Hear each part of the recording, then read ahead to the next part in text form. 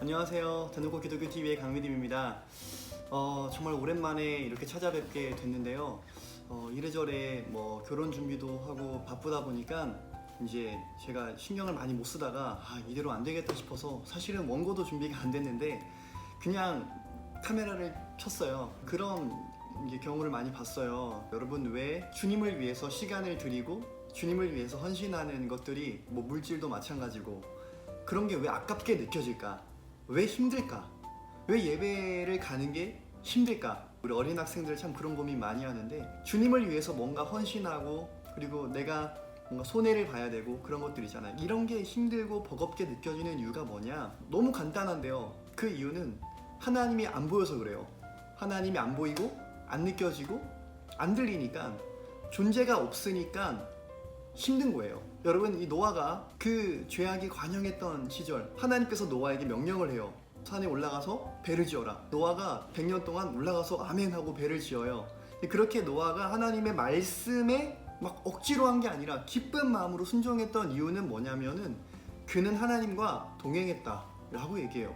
당대의 완전한 자라고 말하는데, 완전하다라는 말이 뭐냐면은 하나님의 말씀 앞에 한마디 토달지 않고 원망 섞인 말 한마디 안 하고 그냥 아멘 하고 그냥 순종하는 건데, 그렇게 되기 위해서는 뭐가 제일 필요하냐면은 하나님과 동행이 선명했다는 거예요. 그러니까 이 자리에 주님이 계신다, 이거거든요. 여러분들, 이게 뭐냐면 결국 주대심이에요.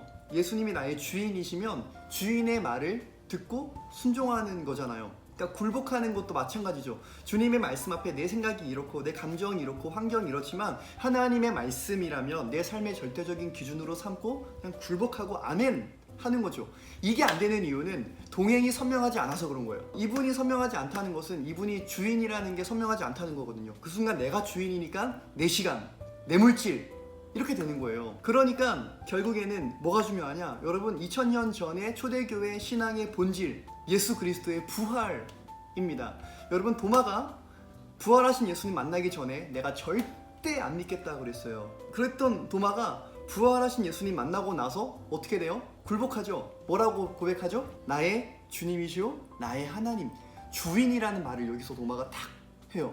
굴복이 된 거예요. 언제 굴복됐다고요? 부활하신 예수님 만나고 나서.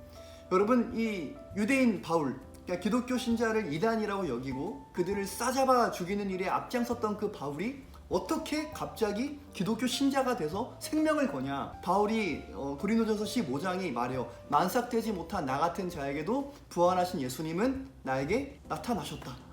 부활하신 예수님을 만나고 나서 이들의 삶이 완전히 바뀐 겁니다.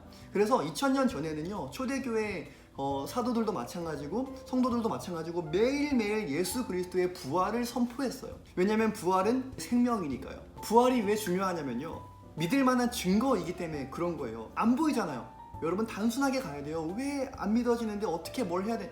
그런 게 아니라 정말 단순하게 믿을 만한 증거가 없어서 그런 거예요. 근데 성경에 보니까 사도 바울이 부활하신 예수님 만나고 나서 그 똑똑한 아테네 사람들한테 가가지고 얘기하는 거예요. 철학자들한테. 하나님께서 자신의 아들을 죽은 자 가운데 다시 살리신 것으로 모든 사람에게 믿을 만한 증거를 줘. 여러분, 증거가 있다는 거예요. 그 증거가 뭐죠? 예수 그리스도의 부활이에요. 로마서 1장 3절 4절 말씀에도 마찬가지죠. 육신으로는 다윗의 혈통으로 나셨지만 성결의 영으로는 죽은 자들 가운데서 부활하사 하나님의 아들로 온천하에 선포됐다. 온천하에 예수가 하나님의 아들로 선포된 사건이 바로 부활이라는 겁니다. 여러분, 제자들이 부활하신 예수님 만나기 전에 싹 다 도망갔거든요. 문 걸어 잠그고 다 숨었어요. 그 당시에 예수님 따랐던 여인들 다 울고불고 난리 났어요. 아무도 예수가 하나님이라는 사실을 믿은 사람이 없었습니다. 근데 그들이 언제 변화됐죠? 부활하신 예수님 만나고 나서 변화된 거예요. 그러고 이제 기도하고 성령을 받고 담대하게 나간 거 아니겠어요? 주님 말씀하셨죠. 악하고 음란한 세대가 표적을 구한다. 악하고 음란한 게 뭐예요? 결국 예수님 안 믿는 게 악하고 음란한 거거든요. 근데 그런 사람들은 표적을 구해요. 당신이 메시아라는 증거를 한번 보여주십시오. 그때 예수님 뭐라 말씀했냐면은, 요나의 표적 밖에는 보일 표적이 없다 그래요. 요나의 표적이 뭐예요? 십자가에 죽으시고 3일 만에 부활하신 이 사건이 요나의 표적이죠. 물고기 뱃속에 3일 동안 있다가 나온 이거를 예수님께서 그대로 자신의 삶에 빗대어서 말씀하신 거예요. 그러면은 예수님을 믿을 수 없는, 안 보이고 안 들리고 안 느껴져서 믿을 수 없는 이 불신의 마음, 악하고 음란한 마음을 깨뜨리는 게 뭐냐? 요나의 표적밖에는 없다라는 겁니다. 예수님께서 부활하셨어요. 부활로 보니까 십자가는 하나님의 사랑이고 하나님의 은혜이고 승리고 능력인 줄 믿습니다. 이 증거를 우리가 한번 보자는 거예요. 과연 2000년 전에 예수님이 진짜 부활했을까? 여러분, 제자들이 변화되지 않았다면 담대하게 그 유대인들 앞에서 예수가 부활했다고 증거할 만한 힘 자체가 없어요. 사람은 쉽게 안 변합니다.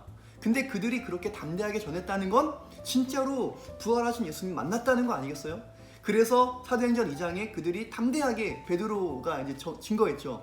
부활을 증거했고, 이때 유대인들이 굴복이 됐고, 이때 예루살렘 첫 교회가 탄생했잖아요.